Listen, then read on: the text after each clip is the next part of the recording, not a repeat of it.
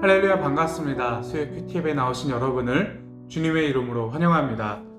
오늘은 12월 29일 수요일입니다. 요한계시록 21장 22절에서 22장 5절 말씀, 새 예루살렘에서의 삶이라는 주제로 함께 말씀 나누도록 하겠습니다. 하나님 나라 읽기. 나는 그 안에서 성전을 볼 수 없었습니다. 그것은 전능하신 주 하나님과 어린 양이 그 도성의 성전이시기 때문입니다. 그 도성에서는 해나 달이 빛을 비출 필요가 없습니다. 그것은 하나님의 영광이 그 도성을 밝혀주며 어린 양이 그 도성의 등불이시기 때문입니다. 민족들이 그 빛 가운데로 다닐 것이요, 땅의 왕들이 그들의 영광을 그 도성으로 들여올 것입니다. 그 도성에는 밤이 없으므로 온종일 대문을 닫지 않을 것입니다. 그리고 사람들은 민족들의 영광과 명예를 그 도성으로 들여올 것입니다. 속된 것은 무엇이나 그 도성에 들어가지 못하고 가증한 일과 거짓을 행하는 자도 절대로 거기에 들어가지 못합니다. 다만 어린 양의 생명책에 기록되어 있는 사람들만이 들어갈 수 있습니다. 천사는 또 수정과 같이 빛나는 생명수의 강을 내게 보여주었습니다. 그 강은 하나님의 보좌와 어린 양의 보좌로부터 흘러나와서 도시의 넓은 거리 한가운데를 흘렀습니다. 강 양쪽에는 12종류의 열매를 맺는 생명나무가 있어서 달마다 열매를 맺고 그 나뭇잎은 민족들을 치료하는 데 쓰입니다. 다시 저주를 받을 일이라고는 아무것도 그 도성에 없을 것입니다. 하나님과 어린 양의 보좌가 도성 안에 있고 그의 종들이 그를 예배하며 하나님의 얼굴을 뵐 것입니다. 그들의 이마에는 그의 이름이 적혀 있고 다시는 밤이 없고 등불이나 햇빛이 필요 없습니다. 그것은 주 하나님께서 그들을 비추시기 때문입니다. 그들은 영원 무궁하도록 다스릴 것입니다. 아멘. 하나님 나라 묵상하기. 성경 속의 하나님 나라. 요한은 천사가 이끌어 보여준 새 예루살렘 성의 아름다운 모습을 살펴보고 있습니다. 그러다 한 가지 사실을 문득 깨닫습니다. 예루살렘은 성전으로 유명한 도시였는데 이 성에는 성전이 보이지 않았던 것입니다. 원래 성전은 하나님의 임재를 위한 중재 수단이었습니다. 하지만 이제는 그 어떤 중재도 필요하지 않습니다. 그렇다면 이곳은 인간 사이에 그 어떤 종교적인 위계나 의존도 필요 없는 사회입니다. 또한 새 예루살렘은 태초에 에덴 동산이 완성된 형태로 드러납니다. 생명수가 흐르는 강 양편에는 아담과 하와가 선과 악을 알게 하는 나무에 정신이 팔려 외면했던 생명나무가 가득합니다. 이곳은 인간의 제국과는 비교할 수 없는 하나님의 제국입니다. 항상 열려있는 대문은 여기에 그 어떤 배타성도 없음을 보여줍니다. 악한 것들은 이미 사라진 시대이기 때문입니다. 함께 은혜를 나누도록 하겠습니다. 이제 요한계시록의 가장 마지막 부분이 오늘 본문으로 나옵니다. 어떻게 보면 요한계시록에서 가장 유명한 본문 말씀인데요. 바로 새 하늘과 새 땅 그리고 새 예루살렘이라는 본문이 오늘 등장하게 됩니다. 우리는 이 새 하늘과 새 땅 그리고 새 예루살렘이라는 이 본문을 굉장히 오해하고 있었던 것 같습니다. 우리는 새 예루살렘 그리고 새 하늘과 새 땅 하면은 어떤 이미지가 떠오르십니까? 네, 아마도 많은 분들께서 천국의 이미지, 보석이 있고 또 슬픔과 고통과 아픔이 없는 그런 곳, 어떤 유토피아와 같은 그런 세상을 공간적인 곳을 아마 떠올리게 될 것입니다. 그리고 새 하늘과 새 땅, 새 예루살렘을 마치 그런 곳으로 대입시켜서 그런 공간적인 천국을 묘사하고 있는 장면으로 우리가 많이 읽었었던 본문이었을 것 같습니다. 그런데 그렇게 읽었었던 오늘 본문은 우리에게 한 가지 오류가 있었습니다. 바로 글의 전체적인 흐름과 문맥을 완전히 배제한 채 읽었었던 것이고, 또 이 편지를 읽었었던 그때 당시의 성도들의 상황을 전혀 고려하지 않은 성경 읽기였다라고 우리 볼 수 있을 것 같습니다. 전체적인 글의 흐름과 또 당시 성도들의 상황과 배경 속에서 오늘 본문은 어떻게 읽혀지는지 함께 흐름과 그때 상황을 다시 되짚어 보면서 오늘 본문에 어떤 의미가 있는지 함께 은혜를 나누도록 하겠습니다. 몇 번이나 계속해서 반복하고 있지만은 요한계시록의 글의 흐름을 다시 나눠보자면은 요한이 편지를 쓰고 있죠. 그리고 7교회를 향해서, 성도들을 향해서 편지를 쓰고 있습니다. 로마의 식민 상황이라는 그 현실 속에서 그들의 신앙이 무너지지 않도록 위로하고 격려 차원에서 그들에게 편지를 쓰고 있습니다. 그리고 나서 4장, 5장 이후부터는 계속해서 반복적인 내용이 나타나는데요. 그것은 무엇이냐? 악의 세력은 무너질 것이다. 실패할 것이다. 심판받을 것이다. 반대로 하나님을 따르는 자들은 노래할 것이고 결국 그 마지막에는 승리할 것이다 라고 말을 계속해서 반복하고 있습니다. 그러면서 이 중간에 이 로마로 대변되는 악의 세력을 무엇이라고 말을 하고 있냐? 바벨론이라고 말을 하고 있는데요. 이 바벨론이 그때 이제 유대인들, 당시 교회들, 성도들에게 의미하던 바는 제국주의를 뜻하는 바였습니다.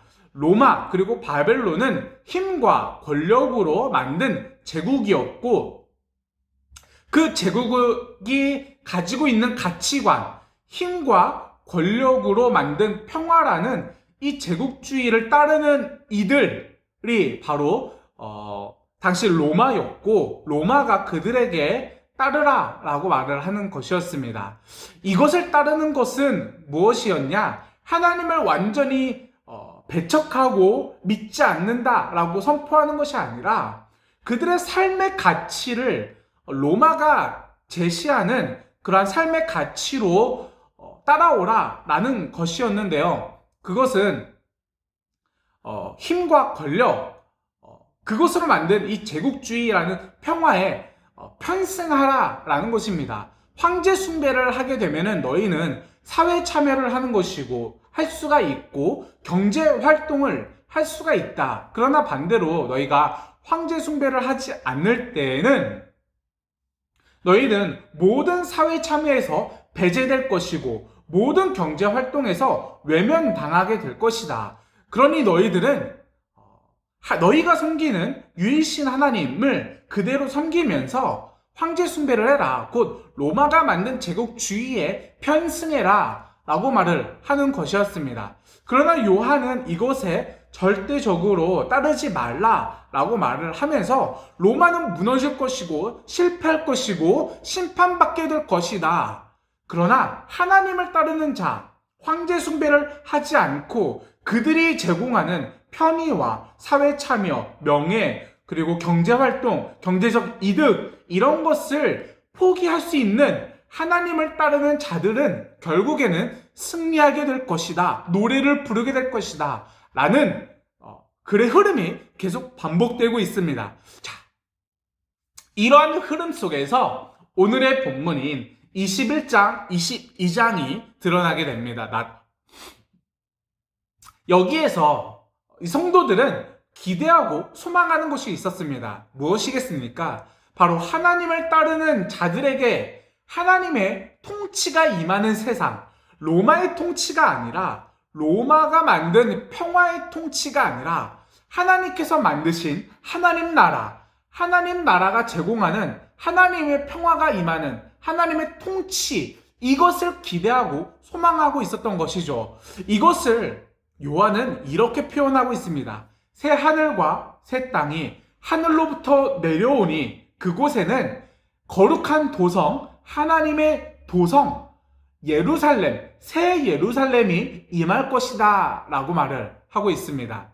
이들이 소망하고 이들이 바라고 이들이 그토록 기대하고 있었던 하나님의 통치가 새 하늘과 새 땅 그리고 새 예루살렘이라는 어떤 묘사로 드러나고 있는 것이죠. 그렇다면은 이들이 기대하고 또 소망하고 바라고 있는 하나님의 통치는 어떤 모습이겠습니까?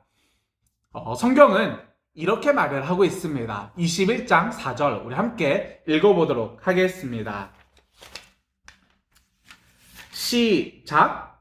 그들의 눈에서 모든 눈물을 닦아주실 것이다. 다시는 죽음이 없고 슬픔도 부르짖음도 없고 고통도 없을 것이다 라고 말을 하고 있습니다. 자, 예루살렘 그리고 새하늘과 새 땅 하나님의 통치가 임하는 그곳에는 무엇이 없습니까? 눈물이 없고 슬픔이 없고 울부짖음이 없고 고통이 없고 죽음이 없을 것이다 라고 말을 하고 있습니다. 왜 이러한 표현을 하고 있습니까? 바로 이때 당시 교회 성도들이 이러한 어려움 가운데 처해 있었기 때문입니다. 이들의 현실이었기 때문입니다. 이들은 눈물이 있었습니다. 고통에 신음하고 있었습니다. 슬픔 가운데 울부짖고 있었습니다. 죽음이라는 그러한 두려움에 벌벌 떨고 있었던 것입니다. 바로 로마를 따르지 않는 자들에게 찾아오는 그 불이익과 어려움, 고통이라는 현실 속에서 이러한 아픔에 있었던 이들을 향하여서 하나님께서는 하나님의 통치 안에 있는 너희들의 나라, 하나님의 나라에는 너희가 임할 그 나라에는 슬픔도 없고 눈물도 없고 울부짖음과 고통에 신음하는 소리도 죽음도 없을 것이다 라고 말을 하는 것입니다. 다시 말해서 하나님의 나라, 하나님 나라라고 말을 하는 것은 이들에게 주어지는 이 이미지라든지 이들에게 주어지는 그 느낌은 어떤 죽어서 가는 내세적인 공간 내지는 어떤 환상, 유토피아 라기보다도 현실에서 현실의 아픔과 고통과 그 로마의 그 박해와 그 처절한 그 삶의 그 고통 속에서 하나님께서 그들의 삶을 구원해 주시겠다라는 그러한 현실적인 그런 구원을 말하고 있었던 것이었습니다. 이것은 이런 구원일 것입니다.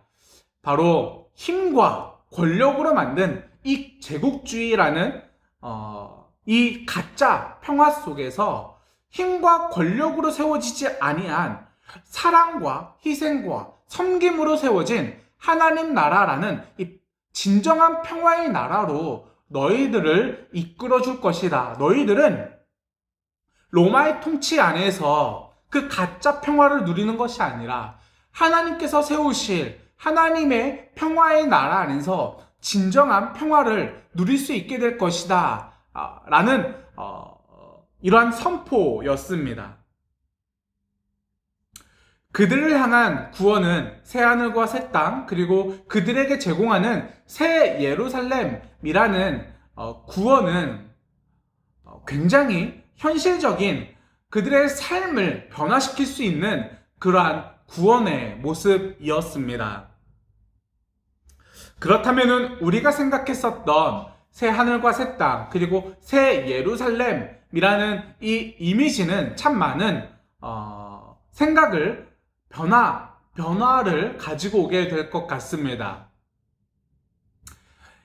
우리가 하나님 나라를 꿈꾸고 있습니다. 새 하늘과 새 땅 그리고 새 예루살렘, 하나님의 도성, 하나님의 통치가 임하는 그 날을 꿈꾸고 있습니다. 그리고 이때 2000년 전에 교회 성도들도 동일하게 하나님 나라와 하나님의 통치와 하나님께서 이루실 평화의 나라를 꿈꿨습니다.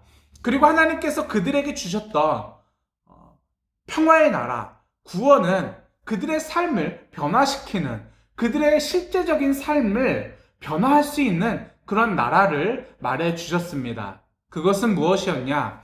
힘과 권력, 이 세상의 가치로 만든 사람의 능력이라는 능력의 잣대로 만든 그러한 나라에서 서로 사랑이라는 이 예수님께서 말씀하고 있는 이 가치로 만든 평화의 나라의 삶으로 바꾸는 것이었습니다.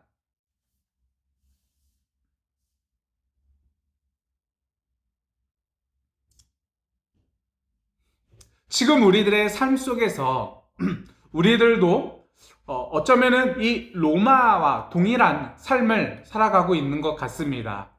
힘과 권력 제국주의라는 이 시스템 안에서 그들이 받았었던 고통, 그리고 어려움, 눈물, 부르짖음이 오늘날의 현실에도 그대로 있지 않는가 생각해 봅니다. 사회적인 힘, 명예, 권력, 학벌, 외모, 그리고 경제적인 능력, 이러한 것들로 우리들은 현재에도 참 많은 계급을 나누고 사람들 안에서 등급을 나누게 되어집니다. 이것은 무엇이냐? 바로 그 사람을 능력으로 평가하고 잣대를 매기는 것일 것 같습니다. 사람을 사람으로 바라보지 아니하고 능력으로 바라보는 것, 그것은 사람을 도구적인 능력으로 평가하는 것과 동일한 것일 것입니다. 그것은 이때 당시 사람들이 그러한 사회적인 시스템 안에서 눈물과 부르짖음에 힘들어 했었던 것처럼 오늘날에도 그런 힘과 경제적인 능력, 그리고 학벌과 외모 등에서 사회가 만든, 세상이 만든 그 그룹 안에서 가장 낮은 그룹으로 내려갈수록 눈물과 부르짖음이 있는 현실을 바라보게 됩니다. 이것은 그때 그 사람들에게 하나님께서 새하늘과 새 땅을 주시겠다, 또 새 예루살렘을 주시겠다, 그들의 삶을 구원하시겠다 라고 말씀하신 것은 오늘날에도 동일하게 그러한 세상의 가치 속에서 그룹의 하위권에 머물고 있는 이들에게 하나님은 또 동일하게 그들을 구원하시길 원하십니다. 그들에게 새 하늘과 새 땅을 주시길 원하시며 새 예루살렘을 주시길 원하십니다. 그것은 바로 평화의 나라입니다. 하나님께서 임하실 통치입니다. 하나님 나라입니다. 우리가 하나님 나라를 꿈꾼다라는 것은 그렇게 멀리 있는 것이 아닐 것입니다. 우리들의 삶 속에서, 지금 우리가 살아가는 삶 속에서 소외되고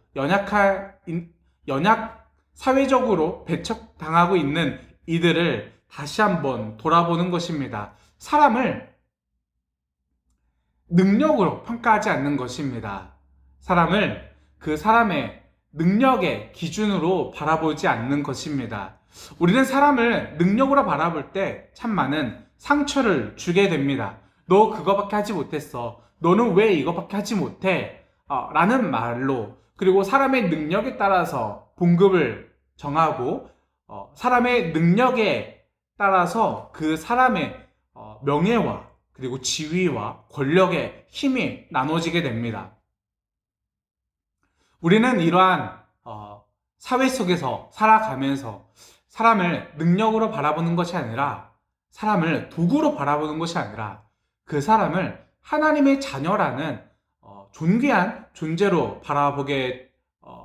바라보는 것, 이것이 바로 평화의 나라를 시작하는 우리들의 첫 발걸음이지 않을까 싶습니다.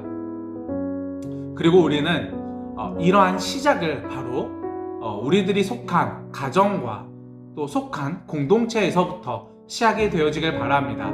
여러분들의 가정 안에서 가족 구성원을 능력으로 바라보지 않고, 또 속한 공동체 일원들을 능력으로 평가하지 않고 그 사람을 존귀한 존재로 바라볼 줄 아는 것, 이것이 바로 사랑이며 평화의 나라를 이루어가는 첫 걸음이지 않을까 싶습니다. 우리 성도님들의 가정과 그리고 속한 공동체 안에 사랑이 있길 바랍니다. 평화가 있길 바랍니다. 세상의 가치를 따라가지 아니하는 하나님 나라가 임하기를 소망합니다. 그것은 사람을 능력으로 평가하지 아니하고 바라보지 아니하고 하나님의 자녀라는 존귀한 존재로 바라보는 우리들의 시선에서부터 시작될 것 같습니다. 우리 이 시간 함께 기도하면서 수요 큐티를 마치려고 합니다. 함께 이 시간에 기도할 것은 다른 일을 능력으로 바라보지 아니하고 평가하지 아니하고 사랑으로 바라볼 수 있기를, 우리가 속한 가정과 또 공동체 안에 평화가 깃들기를, 하나님의 나라가 임하기를 소망하면서 그것이 곧 하나님께서 우리에게 주실 새 하늘과 새 땅 그리고 새 예루살렘에 속한 우리들의 삶이라는 그러한 고백을 하면서 함께 이 시간에 기도하도록 하겠습니다. 함께 기도하겠습니다. 할렐루야. 찬양받게 합당하신 하나님 아버지 감사합니다. 하나님, 우리가 이 시간에 하나님 나라를 소망하며 기도합니다. 하나님의 통치와 하나님의 임재가 우리들의 삶 가운데 임하기를 간절하게 소망합니다. 그것은 이 땅의 가치를 따라 살아가는 것이 아닙니다. 이 땅의 가치 안에서 사람들을 힘과 외모와 경제적 능력과 외모 그리고 모든 학벌 속에서 어떤 그런 능력으로 그 사람을 대하고 바라보고 평가하지 않는 것입니다. 하나님께서 우리를 자격 없는 우리를 사랑하신 것처럼 우리를 그 존재로만 바라보시고 사랑해 주셨던 것처럼 우리가 다른 일을 능력으로 바라보지 아니하고 하나님의 자녀라는 존귀한 존재로 바라보고 또 사랑하며 그것으로 평화의 나라를 이루어가기를 소망합니다. 먼저는 우리 가정 안에서 또 우리가 속한 공동체 안에서 그것을 이루어가길 소망하오니 하나님, 우리 삶 가운데 우리의 시선 가운데 변화가 임하기를 도와주시고 또 인도해 주시옵소서. 우리가 세상의 가치를 따라가지 아니하고 로마를 따라가지 아니하고 악의 세력을 따라가지 아니하고 결국에는 심판받고 실패할 그것들을 따라가지 아니하고 하나님을 따르는 자들, 사랑을 추구하는 자들, 하나님의 가치를 바라보는 자들, 하나님께서 우리를